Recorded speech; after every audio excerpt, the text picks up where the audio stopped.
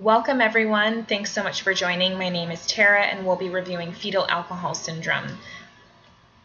So what exactly is fetal alcohol syndrome, or FAS? So according to the Institute of Medicine, there's actually fetal alcohol syndrome disorders, or FASD. And all three of these that you see listed below, fetal alcohol syndrome, partial fetal alcohol syndrome, or alcohol-related birth defects, are all falling within that spectrum, and they're listed from most severe to least severe. So basically this is when a woman drinks alcohol during pregnancy and she risks giving birth to a baby who will pay the price in both mental and physical deficiencies for his or her entire life. So partial fetal alcohol syndrome and alcohol-related birth defects are situations where the patient has some but not all findings of FAS and a confirmed history of alcohol intake by mom during pregnancy. And there's all kinds of different screenings that they can do.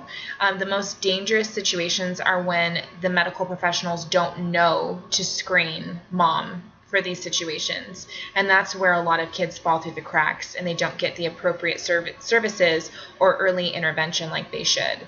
So you can see a lot of the different features that happen here. Growth deficits, including things like low birth weight, brain damage, including the baby being born with a small skull, and various physical problems can include things like kidney, heart, and lung problems. And then you can see there are a variety of behavioral and cognitive deficits that are listed below, and we'll get into some of the secondary disabilities that stem from these problems as well.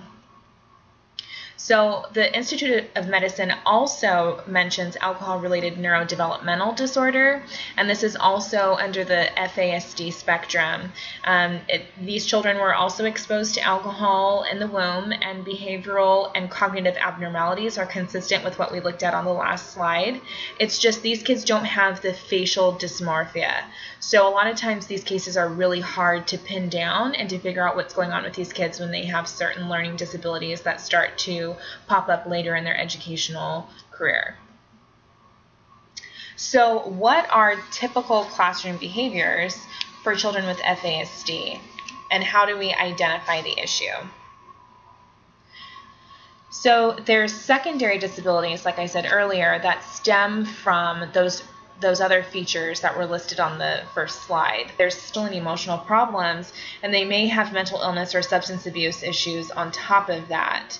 So these secondary disabilities are potentially preventable with the occurrence of the right protective factors that come into play.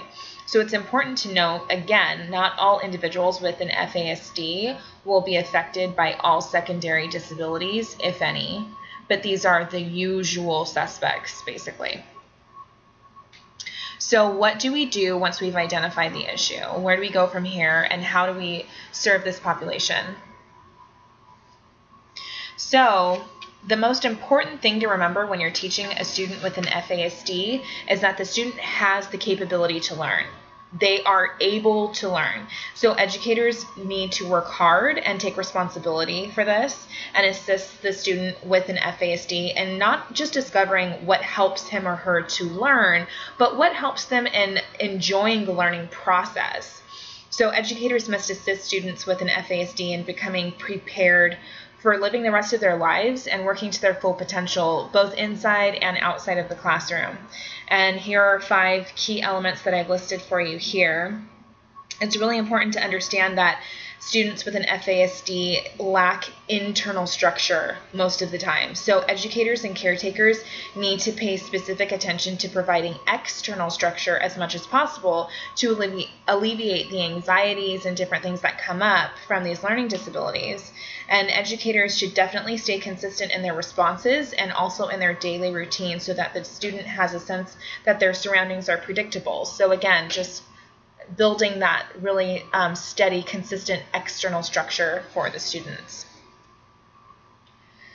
Environmental factors, so reducing visual and auditory distractions, using calm colors on the walls in the classroom, reducing the brightness of the light in the room, using moderate heating and ventilation, Seating arrangements, interestingly enough, it's been shown that the horseshoe seating arrangement in the classroom works best for kids with FASD, and allowing the teacher to just sort of stay in the middle of the horseshoe and walk around from student to student. And also keeping the seating assignment consistent all year long. Using bulletin boards as teaching tools, so not using too many colors or different fonts, nothing overstimulating for the information to be presented in class, and again using soft colors just to make the display more calming. The desk area itself should provide an area in the classroom that's quiet and uncluttered for the student to go to if he or she is feeling overwhelmed with their surroundings. So giving the child an option to stay with the class in the original seating arrangement, but then also giving them sort of a safe haven to give you a signal and allow them to sort of step away and do what they need to do to kind of recollect and get back on track. So making sure not to use this space as a punishment space or a timeout, but keeping it as that safe haven for the child with FASD. So where and what is the educational responsibility? If we know that most of these kids diagnosed with FASD are not getting the appropriate services, what else is there to do?